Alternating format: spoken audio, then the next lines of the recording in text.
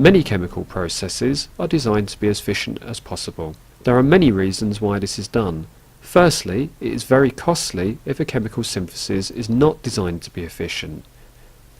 In industry, chemists are aiming to modify or develop reactions so that they will proceed at ambient temperature and pressure. This is because it costs energy to produce both high and very low temperatures. The 2005 Nobel Prize for Chemistry was jointly awarded to a group of chemists who developed an energy-efficient catalyst for a high atom economy reaction, so that it was able to proceed at standard ambient temperature and pressure. Recall that a high atom economy reaction is one that uses all the atoms in the reactant to create the product, or products. The reaction is called the metathesis method, and is responsible for the synthesis of many polymers with special properties, additives to polymers, and fuels, and biologically active compounds such as insect pheromones, herbicides, and drugs.